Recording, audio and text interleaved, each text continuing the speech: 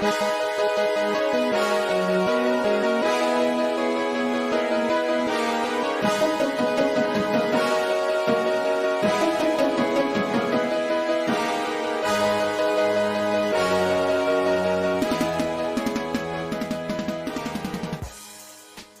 in episode number 92 of the St0ner Sports Radio podcast here on a wild Wednesday out here in the YouTube universe. Once again, joining me is friend and co-host Zach Huffman for this 92nd episode. We're closing in on triple digits here. Zach, how we doing on this middle of the week Wednesday, baby? We're doing good. We're doing good. I don't have to worry about Texas winning the national championship anymore. That really, makes me pretty happy. They're playoff chokers just like we were, and that's good enough for me.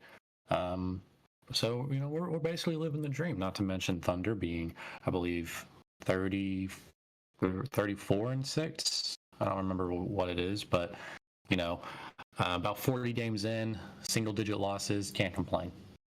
Yeah, good stuff coming from Oklahoma City for sure. Look, we've got tons to get into here. We got some things we weren't really planning on getting into that we're going to get into, and we've got things that we did plan on getting into that we're going to definitely sink our teeth into here. Let's start with the college football playoff, right? We went in last episode and kind of mapped out where we thought this whole entire ride would end, and I'm be honest, we nailed it. I mean, we got the last two. We got the last two teams right. Look, it didn't happen really the way that we were thinking it was going to happen.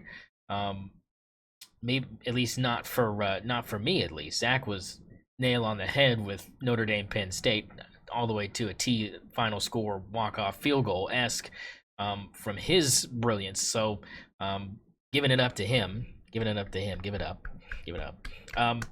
No, how did you feel about that matchup, Zach? I mean, that at the end, after the dust settled in that game, tell me kind of how you took that in and just kind of where we should be focused now after, what happened in the Orange Bowl down in Miami.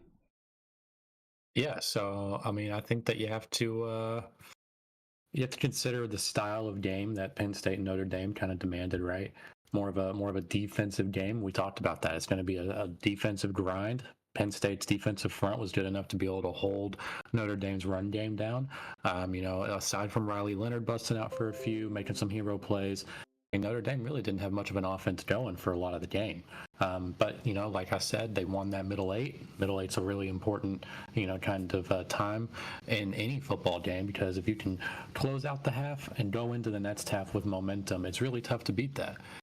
So looking into the national championship that we're left with here, I think Notre Dame's going to have to play much more offensive style of football. They're going to have to try make sure Jeremiah Love can get the yards that he needs to get. Notre Dame has been able to put up points this season against decent opponents, but lately their offense has been kind of floundering, and that's in part with Jeremiah Love not getting he's not getting 50 yards even in these games. I think he had 49 actually against Penn State. If he can get himself 100 yards, pretty much every time he's gotten 100 yards, Notre Dame scored at least 50 points. And I think you're going to need that every time you're playing an offense like Ohio State. So I think that's going to be the difference we see from Notre Dame at the very least. Yeah, but what was your thoughts on the way Penn State played? Like as far as the matchup went, like what was your takeaway from what they brought to the field down in Miami as well? Like was the game as a whole to you, like how was the ride? Because like for me it was very roller coaster-esque, right? It was like, damn, Penn State's really cooking this team, and then the next thing you knew it was like, well, there's big game James again, baby. I mean it just kind of fizzled out, and turnovers and stuff like that are really hurt you in these moments, and this box score kind of tells that story, right, Zach? I mean, this is a box score that if you erase the names here and erase the final score, it looks like Penn State just dominated every single aspect of the football game, and they end up losing this, Zach. And how does that happen? Go explain what happened.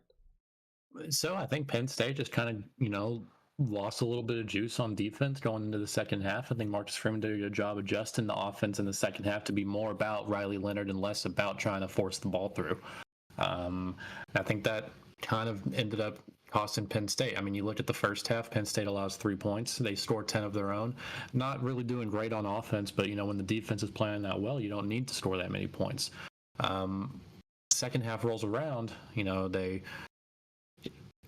miraculous touchdown in the third quarter and then 17 points in the fourth. That's a huge swing. That's 24 points in the second half compared to 3 points in the first half. It's just unacceptable for a defensive perspective, not to mention the offense getting shut out in the first and the third quarters. Third quarter, I think, is really where the tide kind of turned for Penn State, and Notre Dame started getting a lot of that momentum back. Fourth quarter was kind of a shootout, and I think it kind of came down to who had the last possession. And I think we even said in the last episode that whoever controlled the end game, whoever could control the clock and manage time well, is going to end up winning the game just purely off of having that last possession. That's exactly what happened. As long as you can get your offense into field goal range, you're going to be set up to win that football game. Yeah, I mean, I think that's definitely exactly kind of how this thing ended up. The thing that interested me was the turnover margin, right? I mean, 2 turnovers by Notre Dame, 1 for Penn State. I mean, you tell me that and then give me the rest of those stats from each of those teams. The team with the least amount of turnovers, in my mind, wins that game 99% of the time. What people forget when we look at box scores, though, is it's about the timing of those turnovers. Yes. Because for Notre Dame, it's like it happened early on enough in the game where it's like, yeah, it's bad, but you can recover. You don't usually recover from a turnover within the final 2 minutes of a football game. You normally just don't. And I think that's kind of the takeaway for me is the box score. This is a game that it does not tell the correct story. And the reason why is because when Penn State could not allow to make a mistake, they made their one mistake. And it was just one of those things where me and you going into this knew Drew Aller was going to make one of those mistakes. I mean, and he almost made 2 of them, and they both got called back for pass interference. And to be honest, I don't know if the second one really should have been. You throw it into triple coverage like that, you probably deserve to just lose the football.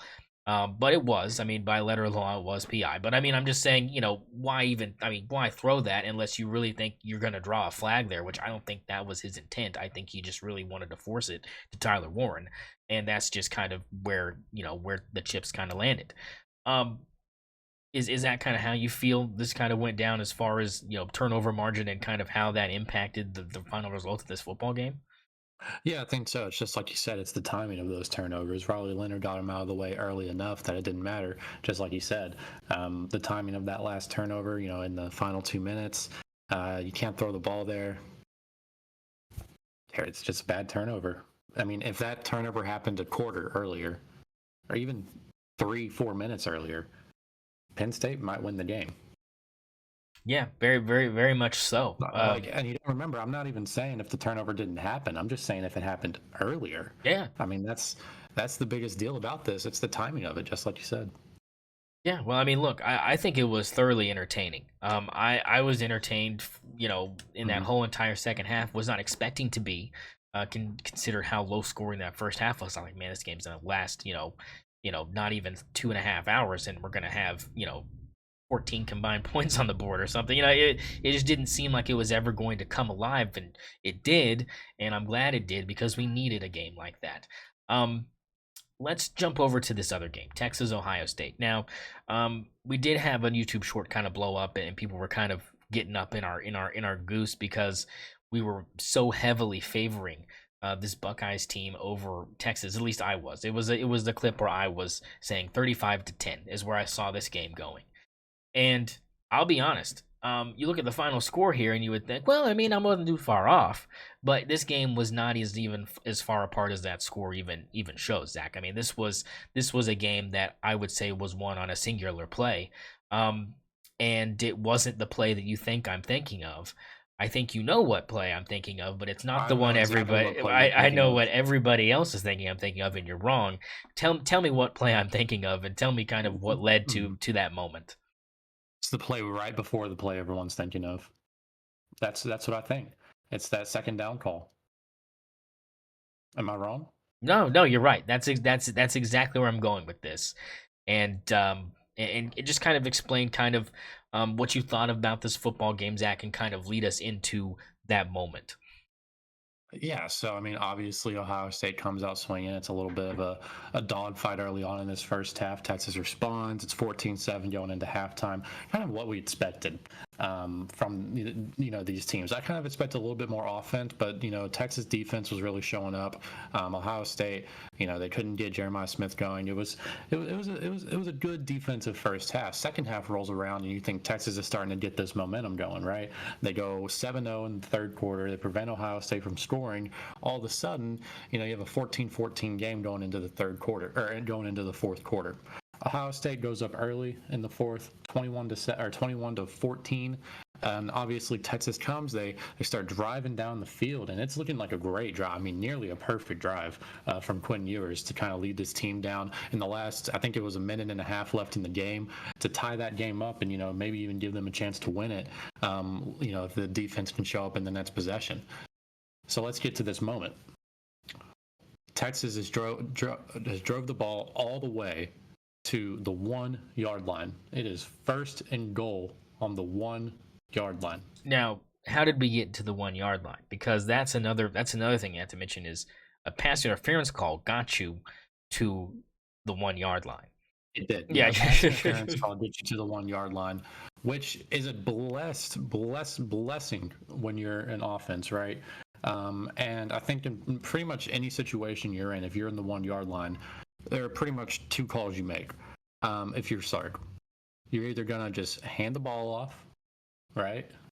Just halfback dive, try to blow that shit through the middle, or I think you bring Arch Manning in and you go for a QB sneak. So what ends up happening, I think, if I remember right, the first down they just hand it off, do a normal first and goal at the 1 yard line thing that you would do. Second play rolls around, and we're thinking same thing, right? We're thinking they're going to attack again. I think everybody in the world's thinking they're going to attack again. And all of a sudden, Quinn takes the snap and shotgun, and he tosses it. He tosses it to the left. I think it was Wisner.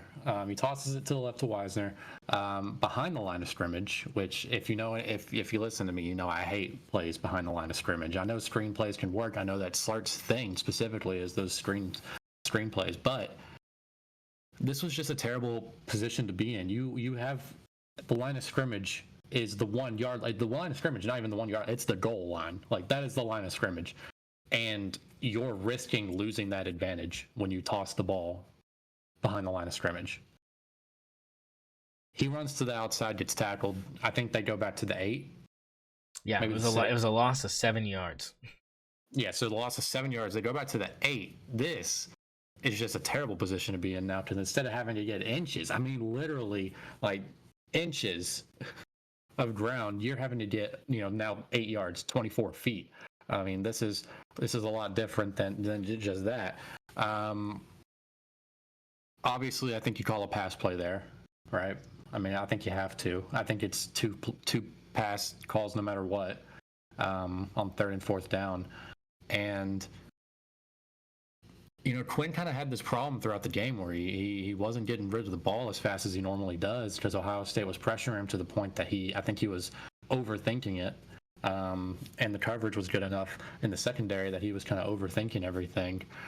He kind of runs out of the pocket, takes the snap in the shotgun, kind of rolls out to the left, which is his bread and butter, by the way. He loves rolling out to the left, and it's weird.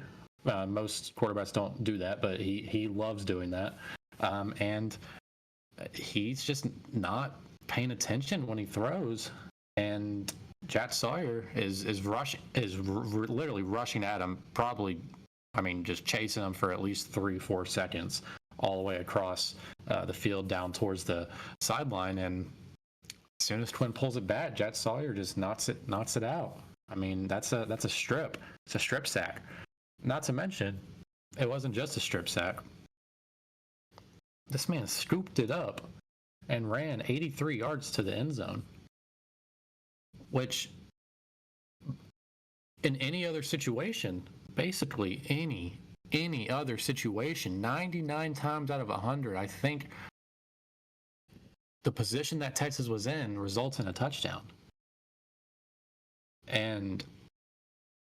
But I mean, you are They familiar just couldn't do it. with I'm Sark very being familiar stopped with it. Yes, inside the I'm very familiar with it. I was inside the gonna bring one. it up. I Yeah. mean, I was gonna bring it up. It's embarrassing that you have multiple scenarios where this has occurred where you just can't get it past the goal line inches to make the difference in a game. Oh yeah, and it's not, A and game it's of not, yeah, magnitude. and it's not even like a Like, team with like a high turnover rate from like guys that you lost. Like it's almost the same entire group of guys. Like that. That's the yeah, other thing. It's like that's what makes it more demoralizing. So yeah, I mean, like you said, this is kind of the quick recap here. 3rd and 3 at the Ohio State 6-yard line, and there's your first pass interference right there to make it 1st and goal at the 2. And then the first play Sark runs at the 2-yard line is a slant that gets called for pass interference that moved it to 1st and goal at the 1.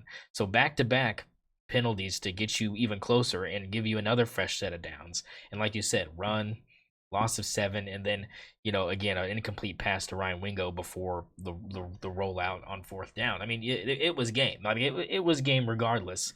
But again, you can't. You and me know this, and this is another thing that is not new. It's not nuance. It's not some epiphany I'm having. Me and you both are very much religious when it comes to being under center in that situation and putting the biggest dudes you have in a position to help you get 3 feet. I mean, this is why I say three this. feet. We're This talking. yeah, this is why I applaud Todd Monken. I'm gonna suck off Todd Monken just a little bit here. What he does with the Ravens when he puts Mark Andrews in motion to take those snaps on 4th and short, that's the type of stuff that you need to be doing. Like that, you Gunnar needed to Helm. have Gunnar Helm back there. I mean, God forbid. I mean, dude, even if you had Arch Manning lined up at the tight end position and put him in motion, I mean, sure, they're gonna know he's getting the football. I mean, but it's like a wrinkle you can add just to kind of be different. I mean, it's just to have both of them on the field at the same time. Really make them think that you're doing like some double pass shit. I don't know. You're at the 1-yard line. You don't really have to be creative. I mean, there should have been 4 plays there, Zach, and it should have been handoff up the middle, quarterback sneak, tight end sneak, fullback dive. Those are the 4 plays you needed to run, because here's the thing. It wasn't like Texas wasn't getting any push. It wasn't like the run game was like absolutely anemic. Like yes, yes, Ohio State's got a good front. They got a good front. They got big guys down there that can clog it up. But you're asking them to do it for 4 plays in a row, and if Michigan can push them around, you're Texas. You should be able to push them around. You pushed Michigan around. You should be able to push them around. The correlation here, Zach, is just too uncanny. I mean, pitching it, yes, I get that you're like, maybe I can throw them off. But you have to understand what Ohio State's whole entire mantra on defense has been for the last 15 years. It's we get guys that can run side to side across the field faster than any team in the country. Why do you think they defended us so well this season? Because they've got guys that can go 53 yards across the field from one side of the defense to the other that can stop fast guys like Evan Stewart. They can stop fast guys like Tez Johnson. They can do that because they've got that side-to-side speed. And I don't know why Sark just thought, well, maybe this time Caleb Downs is going to shit down his leg. I mean, it's just not – I just don't understand why you run a play like that. I can understand going to the outside, but if I'm doing that, I'm passing the football. For 2 reasons. One, if you're throwing it, you think that the guy's got a chance, and if you don't think the guy's got a chance, you can toss that thing into the stands, and you're still at the 1-yard line. You have ways to avert the problem, but hey, like you said, he's not paying attention. He gets blindsided by Jack Sawyer. That could have very well happened earlier if you say what I do. I mean, it just depends on what Quinn you get at that moment, and I just think, just like you said, I think he was. The lights were too bright, man. It's just not. He's not the guy. Like he's not that guy. Yeah, it was a tendency. It was a tendency, Reed. I think Jack Sawyer knows that Quinn loves rolling to the left, and he kind of gets blindsided on the right side a lot, which has led to a lot of turnovers actually this year. Let me run something crazy by you though. So maybe I like your idea of lining Arch Manning up in the tight end position, right? And I like the idea of moving, putting him in motion to take the snap. But here, let me just throw something out there. If you're gonna run a risky play behind the line of scrimmage, make it this play. I want you to line Wisner up in Wildcat. Line him up in Wildcat. Arch Manning at the tight end position. Motion right? Arch Manning comes under center, snap the ball through between his Arch's legs. legs Yeah. straight to Wisner. And he can choose Short whether side of the to field. well, he can choose whether to take it to the outside or up the middle, depending on what he's got. And Yeah, I'm probably I going think you'd outside but because everyone's yeah. going to be caving in. So I mean, and that's the thing. It's like I like that play a lot better for that reason too. I think Or because you and you know teams have ran that play and they've ran it effectively at the next level. I think that it's one of those yeah, things where I don't know why these people don't take more ideas from things they see and incorporate it into their own. Like I don't see, is there really like a fraternity aspect where you can't steal from your brother? Like I don't feel like that's how coaching works. I think every single coach has taken pieces in specific plays from other coaches and used them or applied them in some way, shape, or form. I know these guys have egos like I'm trying to make it my own, so they'll put a dude in motion when the original play doesn't or something like that to make it different or whatever. It's just, I know they tweak some things, but there are things like that where it's like just run, like just do it. Like I mean, it's the same thing with yeah. just putting the tight end in motion and snapping it to him. Like it's you don't have to like be ashamed of like copying people. It was like when Philly was doing the tush thing. Like everybody else tried to do it, but they just didn't have the O line that was like good enough.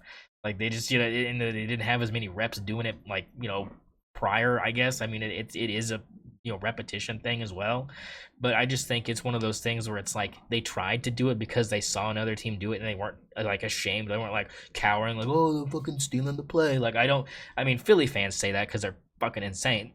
But I mean I think anybody else that watches that goes, well, they just, if it works, it works, and if you can't stop it, then you can't stop it. So I just think, again, brain dead decision. And I think that's where the game was lost. I think it was just one of those things where it's like you've experienced in the Red River rivalry. I mean, Sark just sucks inside the 3-yard line. Like I mean, unless the team is terrible and your offensive line can just mow them over, like if you're playing, Northwestern or something. But it's like you're not gonna do that against Ohio State. Yeah, yeah. I think it's just like you said. I think Sark is a bad play caller when it comes to inside the 3. Other than that, he's one of the best. And that's the frustrating part about it. I think if you're a Texas fan, right, is you've had multiple scenarios where Sark hasn't been able to get the ball across the 1-yard line simply because maybe it's reps. I don't know. The O line's just not ready to block well enough. I don't understand it. I don't understand what's going on there. I don't understand why the O line can be basically dominant all the way down dominant all the way down the field and then just suck. Yeah. On the 1-yard line. Yeah, I mean that's what happens there. Yeah, is it scheme? Is it scheme? Is it nerves? Like what do they not practice that? Is that what's going on? Yeah, I don't think it's the last one, but I think it could be everything you listed before that. I mean, it can be. I don't know if it is.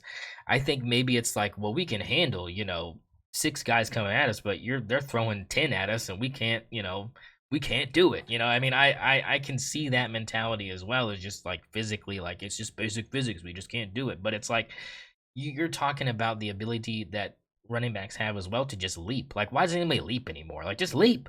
Like, just Yeah. I mean, it's Matthew Stafford's over here reaching the ball over a pile. I remember that shit. I mean, it's just I mean, you've got ways that you can get an extra 8 inches if you really want to risk it. I mean, I just feel like.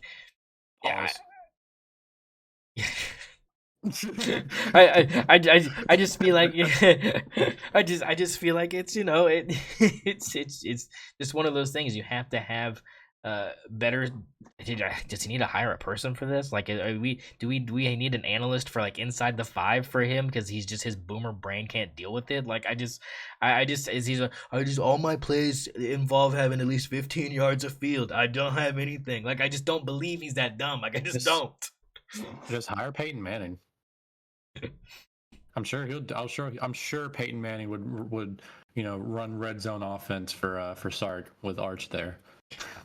That's exactly what I would do if I was Sark right now. I'd say, hey Peyton, you want to come teach us how to play in the red zone because I fucking suck. I mean I'm sure they wouldn't be opposed to that either. But that sets us up, Zach, for Ohio State Notre Dame. Look, I mean, this is getting the David and Goliath narrative here, Zach. I mean, this is exactly kind of what we expected was going to happen when we thought we were going to get to this point was we know, and especially me, considering where I thought, Ohio State was going to go with Texas in their previous game. I was thinking, no one wants a piece of this buzzsaw. But you and I were both convinced that, Notre Dame has what it takes to hang with these guys if they play the way we know they can play. And if they take some tips from that Michigan game, if they take some tips from the way Texas defended, Jeremiah Smith, because like you said, they shut him down. I mean, I think that was the biggest surprise for me was how well Texas's defense played, because that was my problem with it going in, was they hadn't done anything to really impress me. That impressed me. So Texas fans, I know you're mad, but I mean, especially at me, but I mean, your defense showed up and you should be proud of that, because I had no faith in them to be able to do anything they did the way they did. And they kept you in that ball game.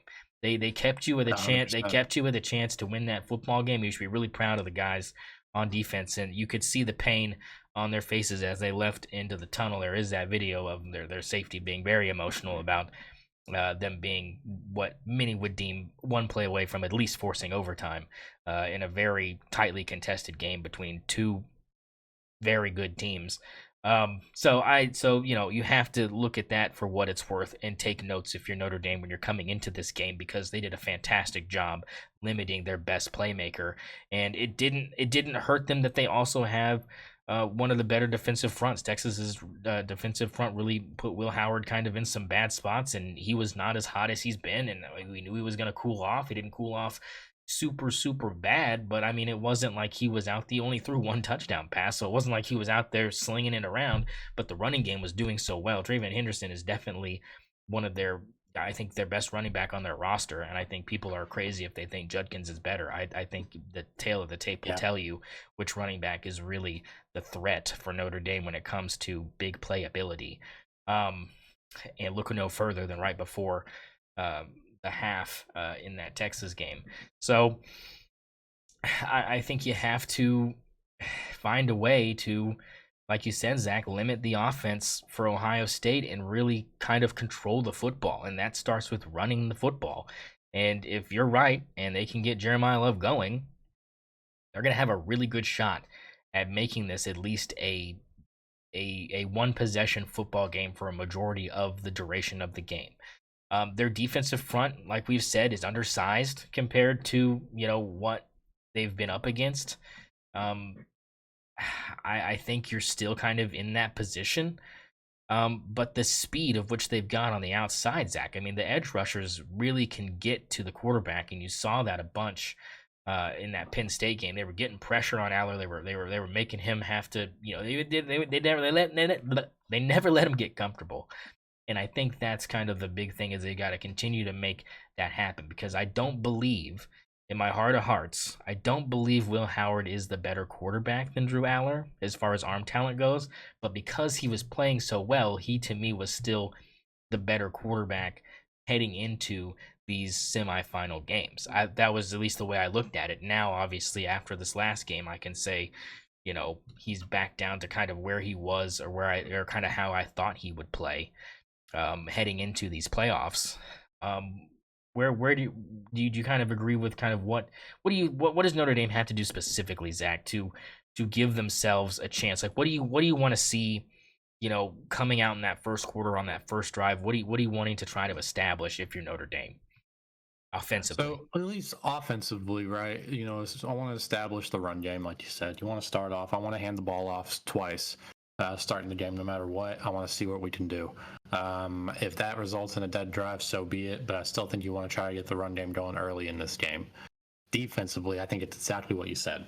I think you want to make sure that the edge is set and that you can continue to get pressure against Will Howard. I think Will Howard, and at least in my opinion, in the Texas game, was throwing some wild-ass passes. I mean, some wild passes, like high even for Madden kind of pass, and he got lucky on a lot of them that they didn't get picked off, and he was able to fit the window. If Notre Dame is able to get the kind of pressure on Will Howard that they got on Drew Aller, it's a turnover machine waiting to happen, and I think that's the best way for Notre Dame to go about winning this game, is to win the turnover battle. I think nobody is going to question the fact that Ohio State has a much better offense than Notre Dame. I mean, I think that's perfectly acceptable. So the only way that you can beat that from Notre Dame's perspective is to win the turnover battle and make sure that even if the offense can drive down the field, if you can continue to get pressure on Will Howard, he's going to make the mistakes that you need him to make in order to win this game. Establish the run game, bleed that clock, play defense. I think Marcus Freeman just has to go as conservative as possible to prevent Will Howard from being able to get to his receivers. I think the question then becomes, can Notre Dame stop Ohio State's run game? And that I don't think necessarily they can. It's up to Ryan Day to make those adjustments. It's tough. It's really tough to pick Notre Dame here, but I think that they can do it. I'm putting so much stock in Jeremiah Love for this game. I'm serious. I mean, if he's not able to run for at least 70 yards, then I don't think Notre Dame has a fighting chance in this game. Riley Leonard's going to need to bust off for a few too. I mean, this run game has to be convincing enough that you can pull off a second and short play action that, get a deep shot so that your offense can maybe get something on that Ohio State secondary, which it's going to be really hard to just prevent the offense from becoming one-dimensional. But I think you want to, really favor the run here if you're Notre Dame. Yeah, it also helps when you don't give Ohio State a lot of time with the football, and that's also something the run game can help alleviate. Is the running clock? You love a running clock if you're Notre Dame in this case. You don't want them to have a lot of possessions. That's also going to be to your advantage. Right now on ESPN, 55-44 is the matchup predictor in favor of Ohio State. So they're giving Notre Dame a little bit more of a chance than a lot of other people are. But here's the thing for me, from Ohio State's perspective, Zach. Obviously, me and you have conceded that they have the most talented roster out here left to play, and they paid for that. They paid for that. They're getting what they paid for. It's coming in when it matters most. This is what the investors are looking for. I say investors because that's what it is now. The investors are happy. The shareholders are happy. Their money is going to a cause that they are happy with. But if they don't get it done, is Lou Holtz right? Is Ryan Day playing for his job here? Because, I mean, I love Lou coming out and saying it, but I just don't see that being the case. I do think I do think these boosters will once again invest $20 million or more into next year's roster if they need to in order to get back to this spot. I think that, but as far as the game is concerned here, Zach, because they are so talented, it's easy to get a big head here. It is. I know that Ryan Day's big job leading up into Monday is to let these players know not to take this team lightly. I mean, you might look at their path and be like, well, it could have been harder, but it was still uphill in my opinion, even with Gunnar Stockton being the quarterback for Georgia, even with, the way that Penn State kind of folded in that second half. Those things, in hindsight, yeah, you can try to make the argument that it doesn't really create much of a storyline of this team has got a chance. But I think that if you can convince your guys and show them the tape of how this team got here, show them the second half of that Penn State game. This team knows how to fight. And you saw it firsthand when they came back and beat those Nittany Lions. It's not like in that first half you watch it and you go, well, this is bad. Like they look terrible. This is horrible. And they come out in the second half and it's like, oh shit, And I think that that's what you have to show them is this is the score at the end of the first half. This is how they played. Now watch how they played this second half. I know they're going to show it. I know they're going to watch the film on it. I know they are. Like, I'm not stupid. You're not stupid. We know how this works. We've been in film rooms. We've been in these situations where coaches bring you in and they show you the previous game that not only you played, but the opponent that you are going to face played. And they analyze both of those very thoroughly. And so they'll get a good look at the dangers of having this team even have an ounce of confidence, because that's all it took was just a couple good defensive plays here or there, a couple good drives with short fields, and just being opportunistic on the defensive side of the football. That's all it took for this team to believe and get back in this game, and not only just do that, but set up a field goal from a guy that's a transfer that has nerves of steel, Zach. Nerves of steel. So Mitch Jeter's that guy. We know that now. I think we can trust him if we're, Irish fans, and that's another weapon that Ohio State's going to have to try to prevent from going off. Because if Notre Dame's defense plays the way that we think that they need to play, you could win this game with 5 Mitch Jeter field goals. You could do it. You could do it if they play and things kind of unfold the way we think they will with the defensive, tactics that Marcus Freeman and his defensive staff can employ and the knowledge they've got. There would probably make Marcus Freeman nothing happier than to beat his alma mater in this game and bring some relevance back to the Notre Dame side of the conversation when it comes to college football. But Ohio State's going to have to squash that. And Ryan Day's going to have to make that message, very firm, is you cannot let these guys get any confidence. The luck of the Irish is real, baby. And that's what you have to label that second half and have to try to preach to your guys to try to get their ego down to a level to where they can take this game seriously. Because in their ear, they're hearing chirping, Zach. Everybody's like, oh, I got my whole house on Ohio State. I got my whole car payment on it. They know where the public perception and media heads are leaning here. Do you kind of feel the same way about the task that Ryan Day has at hand about the mental preparation of this team? We haven't even gotten into the game part here, but the mental preparation heading into this week for Ohio State? Yeah, I think so. I think if you're Ohio State, you have to remember that you are very, very lucky to be in this position right now.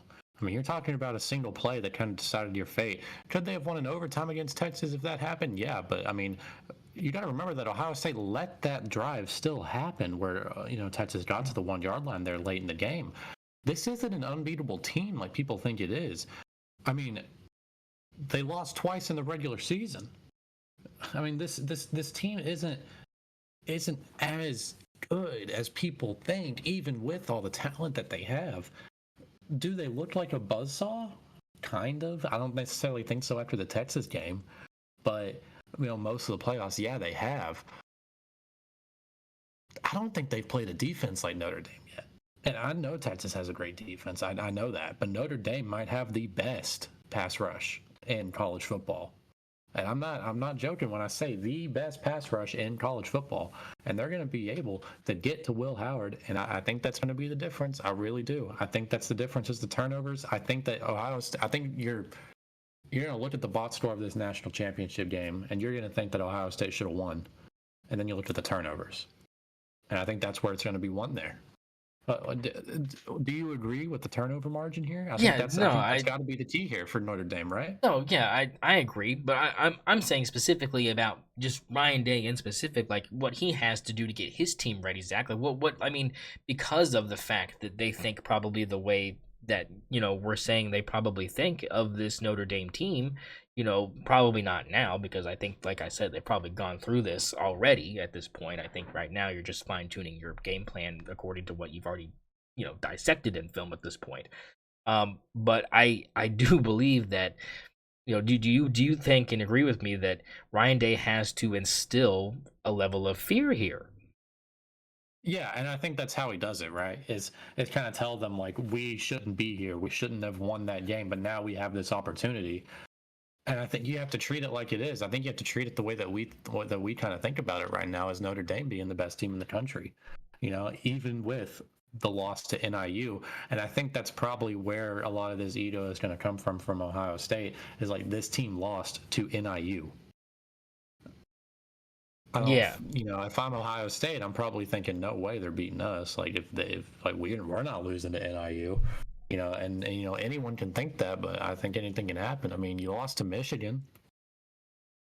Yeah, and I think wasn't good. I think their defense would be, oh, well, Michigan's better than NIU. It's a better loss. That's what I'm saying. Like, is it true? Michigan plays like they did against Alabama, yes. But this is, I think you have to do that. As far as on the field for Ohio State, Zach, I mean, this is pretty straightforward, right? You have to get your running game going the same way Notre Dame wants to get theirs going with Love. You got to get yours going with Henderson so you can open up the passing game. Because here's the thing. I think me and you can both agree on this. I think the best secondary is lined up for the Fighting Irish. They've got the best secondary left. I firmly believe that. And I think that's the difference here. You're saying pass rush, and here's why I'm saying that's not going to be the problem. It's going to be, I don't think they're going to get to him as much as you think they're going to get to him, but I think they're going to hurry him up. There's going to be pressure, but I don't know. Yeah, but I don't know about sacks. Like, I mean, how many times he goes down? I'm going to say 3 probably. I'm going to say 3 sacks. That's kind of the number I'm looking at right now. But as far as hurrying and getting that ball out quick from Will Howard's hand, it's going to be almost every snap. Marcus Freeman is going to send extra guys from that edge, like you said, and they're going to try to get there. But I think it's going to come down to how this secondary performs in those quick moments, because we know how good Jeremiah Smith is. We know how good Egbuka is. We know how good these guys are on the outside for the Ohio State Buckeyes. If you can get them to catch the ball before the sticks, and I'm talking like 5 or 6 yards before the sticks, and tackle in the open field. This is one of the best open field tackling teams I've seen in the playoffs as well. And that was huge for them in that second half comeback. They made some great tackles in the open field when Penn State was trying to throw these screen passes and stuff. They were right there. Sure, they got beat a couple times. It's going to happen. But for the majority of the game, they kept that shit under wraps. And we know that Texas didn't have good luck with the screen game.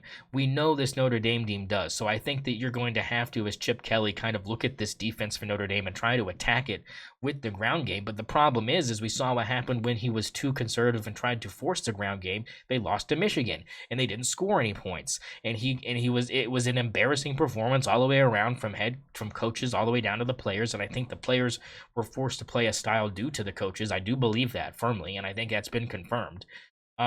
But they didn't execute the way they still should have anyways. It was one of those things where Chip Kelly went in saying, I can just run whatever offense I want and we can beat this Michigan team because we're just better. And Michigan said no. And and Chip Kelly for the first half tried that, and they thought, well, maybe he'll change his philosophy coming out of the second half. He goes, no, we're going to keep doing it because I believe that I can get to these players and get them to perform better and get up in their chili and really rip them a good one, and we can come out in the second half and just run away with this like we should have in the first half. Didn't happen. So what he's going to have to do is be more creative with the run game than he was against Michigan, but he's also going to have to try to figure out how to get more yards out of the quick passing game if what you're saying is right, Zach, and they're able to just at least hurry Will Howard and make him get rid of the ball under 2 seconds. Yeah, I think so. Funny enough, I think that even if Ohio State is able to win this national championship, even if they shut out Notre Dame, I mean, I think Ohio State fans are still going to view this season as a failure for losing to Michigan. What do you think? Yeah, there'll be some psychos for sure. I think they'll say it's a tainted season for sure. They'll say it's tainted. I don't know if they'll say it's a complete utter national championship. I mean, that's kind of unheard of until this playoff era. Yeah, right? so yeah, I mean, yeah, exactly, because there hasn't been this many games you could have lost getting in. So I think I agree with that. So what do you think Ohio State has to do here to finish off this revenge tour? Is it kind of what I said, just kind of straightforward? Just control the ball. Control the clock. It's it's controlling the time of possession, making sure your offense is on the field more than your defense. This one's going to be pretty straightforward for Ohio State as long as they can, play their standard football. I really think this is going to come down to, just like you said, pressure on Will Howard is going to make him hurry up. I think that, combined with the fact that he seems to be trying to fit the ball in really tight spaces and double and triple coverage, is going to result in those turnovers that we talked about. So I think Ohio State just needs to try to run the ball as much as possible, prevent those turnovers from happening. I think the strongest part of the defense is the pass rush. You think it's the secondary. Either way, that means you need to run the ball. If you're Ohio State, you're handing it off to Henderson. You're handing it off to Judkins. Even if a 2 running back system, maybe. I think that this is a game where you just go traditional. That's how I'm feeling about Ohio State. I think they should go for a 200 rushing yard game. All right. Well, we'll dive into it in the sports book later and let you know kind of how we think this is going to pan out. But there's kind of a little bit of diving into that matchup as we prepare for Monday in the final game of the college football season. Zach, let's transition here into some fun stuff, I guess you could say. we had an altercation in the stands at the Packers Philadelphia Eagles game over the weekend in the NFL. We had a guy who got a little bit excessive with the way he was talking to this young lady you see on the screen right here, calling her very derogative things that I'm going to say because it's warranted. Called her an ugly cunt, a stupid cunt. I mean, just lots of cunt stuff. Look, he got fired from his job. Oh wow, we're just gonna pull up everything now. We're not gonna actually go back. But this is the guy here. He's a business analyst. He cush job. His job comes out and fires him. Big Dom, Big Dom, security guy. They were able to track this guy down and ban him for life from ever being back at the home field for the Eagles. And I'll be honest, ends up the guy's even more of a loser than that, Zach. He has a YouTube channel. But he doesn't do very well because if it did, he'd be able to pay for these tickets. He had a GoFundMe, Zach, for these tickets. And it was like, people paid for him to be at that game. And the way he got people to pay for it was he was telling stories about the last time that he was, as far as the guy whose girlfriend got assaulted, the Packers fan. He had been to Philadelphia before because he lives only an hour away from the stadium because he's a Philadelphia guy, but loves the Packers. And again, biggest sin for anybody in that area. But the Packers fan has a YouTube channel, doesn't do very well. Uses a GoFundMe to get these tickets because he says every time he's gone to Philly, he's gotten like assaulted. Like he was like pretty much like pay for me to go get assaulted was pretty much the thing. He's like, I talk shit and I know I'm gonna get shit talked to me. I've had my cheese head snatched off my head and thrown into a burning like trash can fire in the parking lot, like because Philadelphia fans are crazy. Like we know this, they're nuts. So I mean, so we got and so this guy's girlfriend is just cheering on a play where the Packers don't get into the end zone with Josh Jacobs, and it gets called back to the one, and then the next play they punch it in. But he calls her a stupid cunt because they didn't get in the end zone. Then calls her a fat stupid cunt, and the guy's just kind of like, hey buddy, like I don't want any trouble. Like we're just trying to watch the game, like and of course the Packers got killed. It wasn't really a close game. But I mean, the guy got fired, Zach. I mean, justice. I mean, what was your takeaway? Because I'm gonna have a take here after you're done here that people might not agree with. But what was your thought? I think that this is a situation that should have been handled privately. I think if someone calls your wife that, you have to fight. I think you have to. I think in any situation, if someone calls your wife that, you have to swing. And I think that in a situation where you're in the link, I understand why that might be. You might hesitate there, but I think you have to do it. And I think this guy went looking for trouble. Obviously he went looking for trouble. And I think that had a lot to do with it. So I don't have a ton of sympathy for him specifically. His wife, yeah.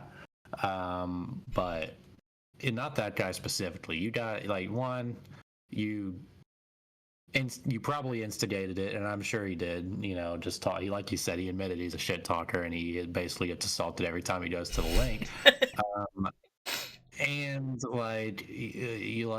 you kind of let that guy get away with it. Did you hear his defense on why he let the guy get away with it? I think he said because he was in the link and he was scared. It wasn't just that. It was because the guy had like his buddies with him too. He was like he had two other guys that were with him on either side of him that were like with him, and he was like, if I start punching this guy, like they're gonna jump me. Like I'm gonna get. And the thing is you're probably right, Zach. It was a combination of that because it's like if you see three Eagles fans fighting a Packers fan, and you're in the link, and you're from Philly, you're jumping in on the pile. These people are psychos. Like he knew that he was probably going to get beaten to death. I mean, I think that's a strong possibility. Maybe not intentionally, but I think it would have happened. I mean, at least trampled. It's happened before. Yeah, I mean, it's happened in stadiums before. People have, probably not intentionally. I don't think it's. I don't think. Very rare Really would it be intentional, but there have been situations where fans get beat up, jumped by fans, and they succumb to their injuries. And I think that is a situation Yeah, that he probably thought of. yeah. And now it's easy for us to say, sit here and say you No, should have yeah. went and fought the guy for sure, right? Yeah, no, I wouldn't have. But No, fuck yeah, that. but I you wouldn't weren't have. there, and especially if you're sitting there talking so much shit. Yeah, no, if I had But instigated it, yeah, I then think if it was asking. a situation. I think if it was a situation where you didn't make every fan around you hate you, and you were just kind of privately being an opposing fan in the other team stadium, maybe some people are talking shit to you, but I think if you're the opposing fan in that stadium, you probably just want to lay low as much as you can. And I think that if it was more of a situation where he wasn't filming, he wasn't out there looking for trouble in this Philly fan Yeah, just see starts that. accosting his wife. Yeah. I think you have a situation there Yeah. where I think the people around you might help you out actually. But, Yeah. But when you go in there looking for trouble, you go in there, You're gonna find it. and that you're gonna get trouble. Like, yeah, I think you're gonna find it. And I think that's what happened. Now, I do think that guy, yeah, you can't be doing that. Probably good that he got his. How drunk do you think he was? How drunk do you think he was? Insanely. Yeah. Insanely. And like, I get it. Like, I get it. Like. I'm a shit talker. I've been to games. We've seen we've you. been there. I talk. I love talking. We're headed to Norman right after this, so we can go yell at some Texas fans after we lose by 40.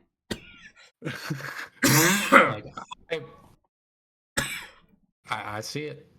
I mean, I see it. People were like, "Why didn't you just switch seats with her at least, like afterwards? Like, why not just try to like separate her with like some distance, just in case he wants to, like spit on her or something, I would have at least switched seats with her, but like, let's just switch seats. I mean, like, because it's like he didn't have to like move around anybody. They just had to switch spots. I would have at least switched spots.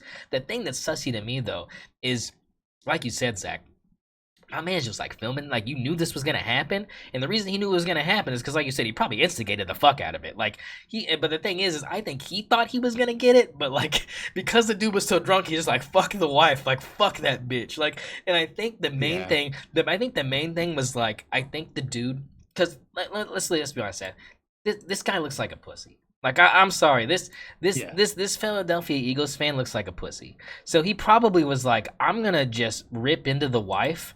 Because like if she into the wife is because if she hits me, like I'm gonna be good. Like I mean, I'm not gonna hit her back, but like I'm not worried about this lady coming up and like socking me. Like I'm gonna be able to take that.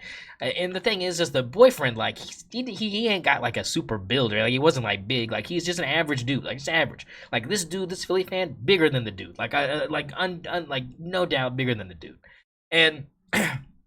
And so I don't know if I just think it was just like, why do you have your phone out recording this dude? Like, was he doing it like more than that? Like, was he also like just saying insane shit before that we didn't get? Because I don't have the full story here about like, was he just hurling like other just shameless derogatory statements at your wife? You're like, I gotta pull this out and record it, or were you like? Surely it didn't start there, right? Surely it didn't just start with that. So I mean, I imagine that the guy probably I think that the guy. Because here's what I think. Here's what I think. Because remember, Josh Jacobs was ruled in the end zone originally, right? It was ruled in the end zone, and they brought it back so they could redo it, and he like literally just got in the next play, right? So here's what I think happened. Josh Jacobs scores, right? Quotation scores, and the guy like looks up at the probably high fives his wife, was like, yeah, fuck Philly, or like some shit, and that dude just probably just lost it. Like, you know what I'm saying? Or he just, I mean, if the dude was talking shit up to that point, he probably just looked up at the dude and was like, yeah, fuck you, like, because like we scored, get fucked. Yeah. Like, I mean, he probably said some wild shit. I mean, I'm guessing. And then they're like, and because the whole entire thing, the dude's like, yeah, they called it back, you dumb stupid cunt. Like, I mean, like, and it's just like yeah, but it's at the 1 yard line. Like, it's not Steve Sarkisian out there running plays. They're gonna punch it in. I mean. I mean, like why was he bragging about? Like, did he not think that he just thinks Philly's defense is so good? It's like 1 yard, you're not gonna get it. I mean, that's how drunk he was. Obviously, I mean, it's just like there was no winning with like calling the girl a stupid cunt because they didn't punch it in from the 1 yard line. Like it wasn't fourth down. Like it was just that's what made it so nonsensical to me. But the fact he's like filming it is weird. But like I feel like you have to have been like.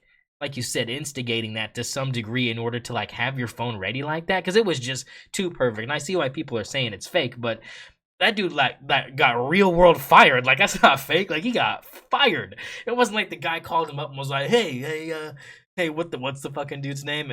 Yeah, hey Ryan, I got these tickets from people from my GoFundMe to come sit right in front of you. You want to just like berate my wife and lose your job and never be able to watch your Eagles in the stadium ever again? I mean, I need the TikTok. Oh, yeah. I need the TikTok views before it goes dark because I'm never gonna get paid again from the app. Yeah. So we gotta just go ahead and get this done. I highly doubt that it was like staged to that degree, but I do think he set it up to where like this guy, he like probably looked at him and was like, oh, this fat fuck, like I can get to this guy, like he's already drunk. Oh, I'm gonna get this dude's head. I'm gonna get this dude's head. And he's like he was starting to plant those seeds because when you openly admit that you go to games and you shit talk, like you said, you know he was probably saying some crazy, like who knows, he might have been like yelling up there like I'm gonna go home, I'm gonna rape your wife after this game. Like he could have been saying some wild shit. Shit like that. They do. I mean, Yeah. so that's why I'm like, I think that this could be a situation where we don't know the whole story. You know, that doesn't justify it no matter what. But it's yeah. Okay. It's a weird situation. Well, okay. So final verdict. Here's my final question about this topic. Soft or not soft? Is it soft? Did it soft or weak? I mean, or was it justified? It's soft. All right, yeah, that's my take too. Soft. I mean, like, come on. I mean, I'm sure that lady gets called that like every day by like her own husband. Like, I mean, it's like the goal, but that makes it okay. Like, I mean, it's like it's just I feel like it's just kind of like we banned somebody from a stadium because he like called somebody a dumb cunt. Soft. Sorry, Yeah. I'm gonna say it's soft. I can see like Yeah. being like you can't be back the rest of the season or like the half of next season, but like a lifetime ban for calling an opposing fan a stupid cunt. I mean, I feel like I've heard worse. Like, I mean, I feel like I hear more N words than anything. Assault anyone. No, He didn't assault he didn't anyone. touch Like, anybody. That's where I'm at. Like, it's just words. It Yeah. feels like, I mean, that's like a, I don't know, if it, like. If there were like some slurs, Yeah. If around, it was like, it's yeah, borderline, yeah. but, If it was like a black lady and he was just like, you dumb stupid boop, and it's just like, oh well, yeah, you gotta go. Like, I mean, like you gotta go. But you know, this is just, and the thing is in this is Philly that words. happens all the time. Like the thing is it's shocking it didn't happen, even if she was white. It's shocking it didn't happen. Like it's one of those places where they don't discriminate with color with that word. They just use it up there, just like a sentence enhancer for these angry Philly fans. Like you think I'm kidding? I'm not kidding. And Zach knows I'm not kidding. I'll never go to a game in the link. No. As a Cowboys fan, no. No, yeah. Talk about getting quartered in the parking lot. Like I mean, I'm getting my ass beat even if I don't say a word. If I'm a Cowboys fan, drawn there. and quartered. Yeah. But yeah, so that was one situation I just kind of want to touch on because it's been everywhere. Another situation that's been revamped, Zach, is this Jontay Porter case, the gambling case, the former Raptors player and brother of Michael Porter Jr., the brother that's not dead. Because that was also a very unfortunate thing that happened to the Porter family. They are going through it, Zach. And today didn't help as the court documents were released here. I've got them pulled up here, a little bit of a little segment here. The text messages came out, right? We knew that Jontay was doing this thing where he was, kind of scripting out his prop bets, right? Like he was just kind of like he would look at his prop bets and text these co-conspirators that what was going to happen. And this instance that we're going to talk about in January of last year was against the Grizzlies. He got poked in the eye or something, went back to the locker room, and this is what he texted his co-conspirators. He said, went back to the locker room, get my eye checked on. I don't know if I'm going to play much more. And then texted again, I'm not starting the second half. He goes, but if it's garbage time, I will shoot 1,000,000 shots. So, I mean, I guess he was, provoking taking the over if he got back in. He didn't go back in, I don't believe, Zach. I don't believe he played the rest of that game. But that was the first instance. What's kind of your takeaway from it's pretty cut and dry here. I don't think there's anything to really Yeah, he's cooked. Yeah, he's cooked. Like he's cooked.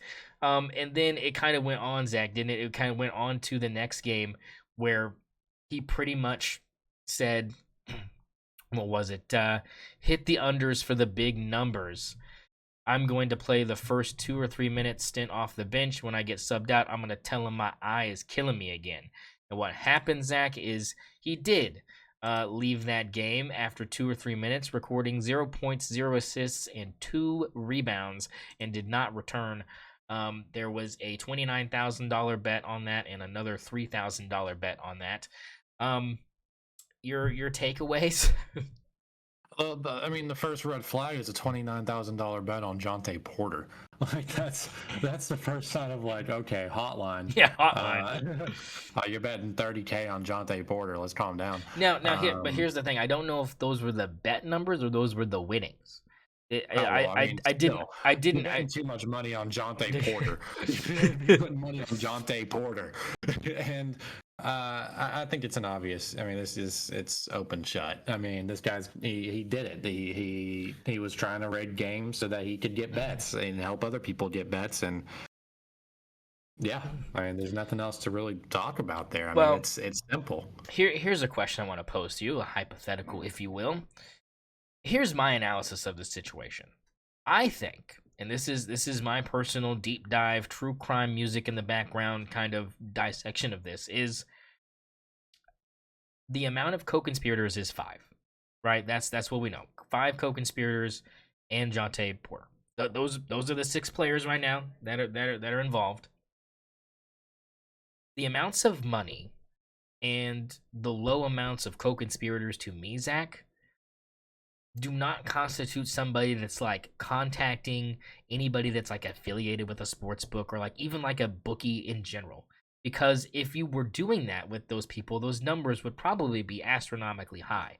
And I would assume that if you were to be one of these guys that has that kind of money to throw into a sports betting kind of situation, especially if you have a player feeding you personal information about their specific prop bets, I don't know if the smart thing would be like, we're gonna like play this game of like dishing out small amounts of money to like try to not get caught and like elongate this communication between us and this player. I think I would want to be like putting it all in on like one night and then being like, all right, don't call me ever again. Like, I mean, like I don't think any smart. I think that's the best situation. I think any smart criminal would not have been like, oh, we're just gonna dish a couple of dollars here and there and just continue to just kind of that way we don't raise suspicion. No, I think this was my man trying to cook for his homies, man. I think he had 5 friends that he was texting that aren't even like, they're just normal guys. I think they're just normal guys that were his friends, whether it be in college, high school, whatever, and he feels like, this is my way of like giving back to them for like stuff that they've done for me or whatever. I do believe that could possibly be the case here because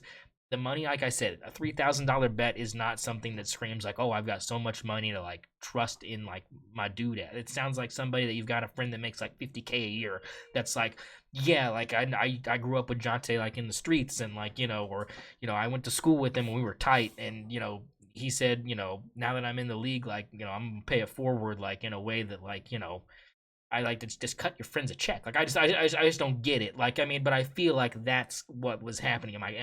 Do you think I could be off base here? Like, does it sound believable to you? Yeah, I think that's probably what is happening because he's making enough money. Not to mention his brother has, made enough money that, I don't think he had to worry about winning, little prop bets.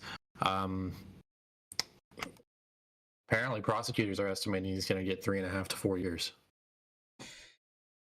Maybe to me, that's kind of crazy. To me, that's kind of crazy. I don't think he'll get any time. I think they'll fine him massively. No, they really think he's going to. Well, if he does, it's I think that would be kind of wild considering the situation. I'll be surprised to say if he gets any time. I mean, if he gets a couple months, like I could believe that. I just don't. The amounts of money don't seem egregious to me. The period of time he was doing it don't seem egregious to me. I think being banned from playing professional basketball is like enough of like like especially when you've got like wealthy siblings. Like I don't think putting somebody in jail for this is really like the solution. Like at least like I guess put him in like Gambling's Anonymous or something. Like just make him go to some classes or something and fine him heavily. Make him do a shit ton of community work and and maybe, you know, put him on probation for like 10 years or something, like, you know, and like say like you can't set foot in a casino, or, you know, make some or, you know, we will be checking and monitoring like your cell phone activity to like make sure you're not downloading any, like, you know, sports book apps or contacting anybody to place any bets or something. I mean, just really throw, you know, the proverbial book at him. If he does time, I feel like that's a little weird to me. Like, I mean, what's the justification? Like, do you feel like that's justified? I don't.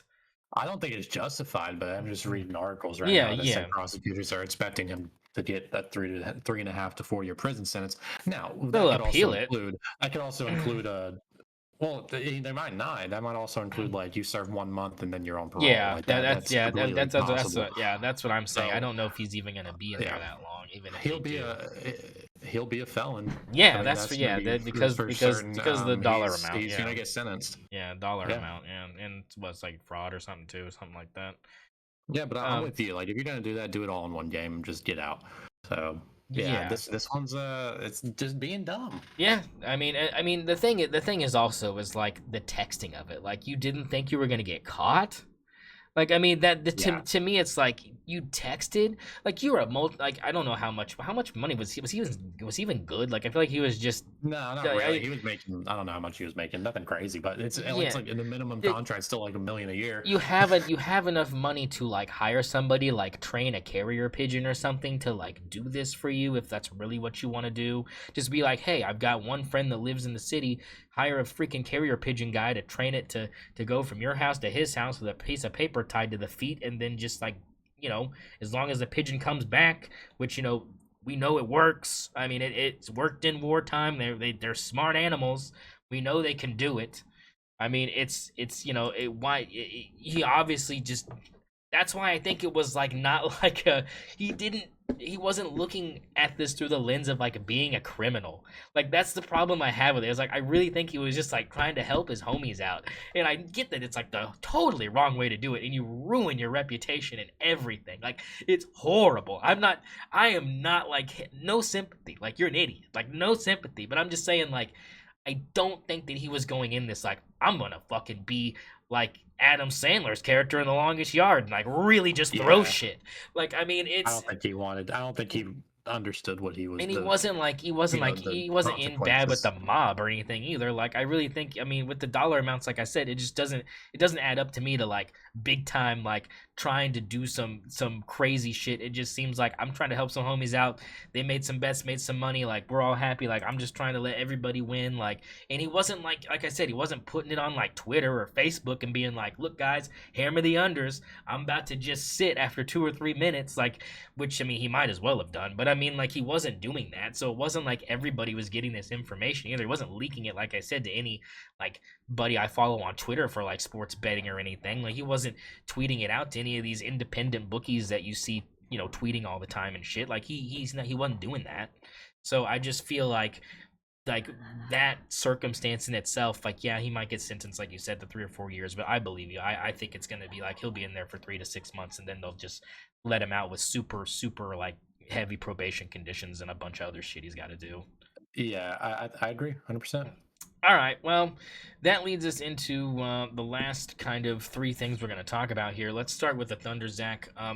Look, experienced a loss against Cleveland. It was a good game. Exactly kind of what you want to see out of the top two teams in the NBA. Still didn't get a lot of love from national media and stuff about what kind of connotations this matchup might have. And is that just because like we both in our heart of hearts know like Cleveland's not going to be there? Like, I mean, not that there's not a possibility, but as of right now, I think people still think Boston's still the best team talent wise in the East, even though their record doesn't dictate that. Am I kind of touching the right buttons here? Yeah, I think so. I think the casual fan would probably discount the Cavs at this point, but I think if you're looking statistically, you're looking at how they're sharing the ball on the offense, and you're looking at how historic the defense is. The Cleveland Cavaliers are, if they maintain this, are one of the best teams ever this season. I mean, they're seriously like on pace. Both of them and the Thunder are on pace to have top 5 regular seasons of all time. And that's an insane thing to accomplish, and it's statistically almost impossible for that to happen to two teams in the same season. So I think we have, one of the greatest regular seasons that we're gonna ever see in a long time, with just how much the Thunder and Cleveland are dominating their conferences. That game was really good. We have a rematch of them tomorrow, actually, on January the 16th.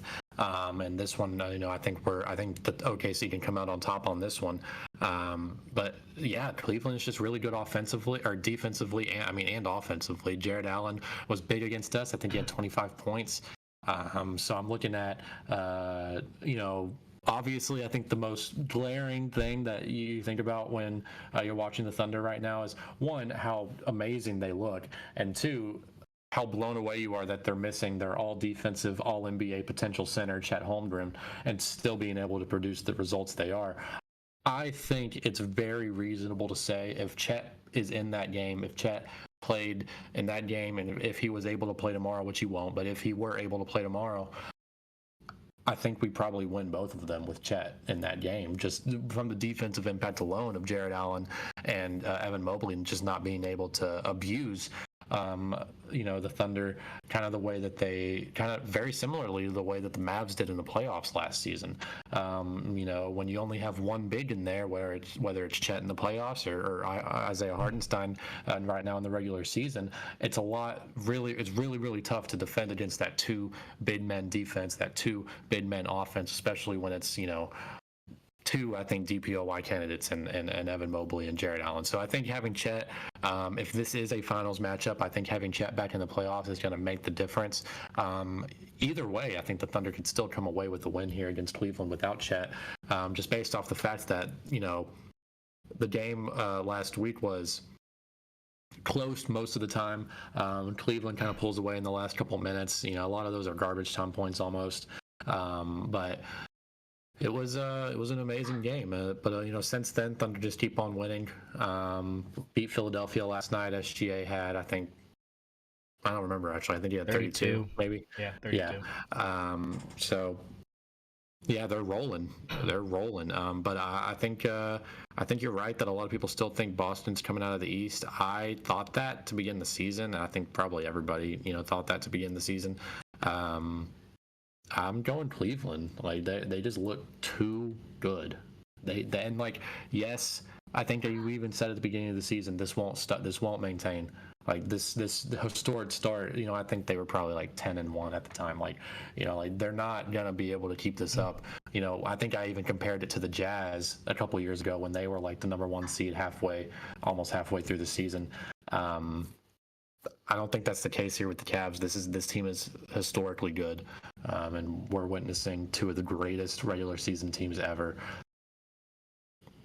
Statistically, both of these teams should be in the finals. We'll see what ends up happening, because these are great teams. Yeah, I mean that's why I look at with Chet coming back, and if this happens and unfolds the way that the records would dictate currently. I love that matchup.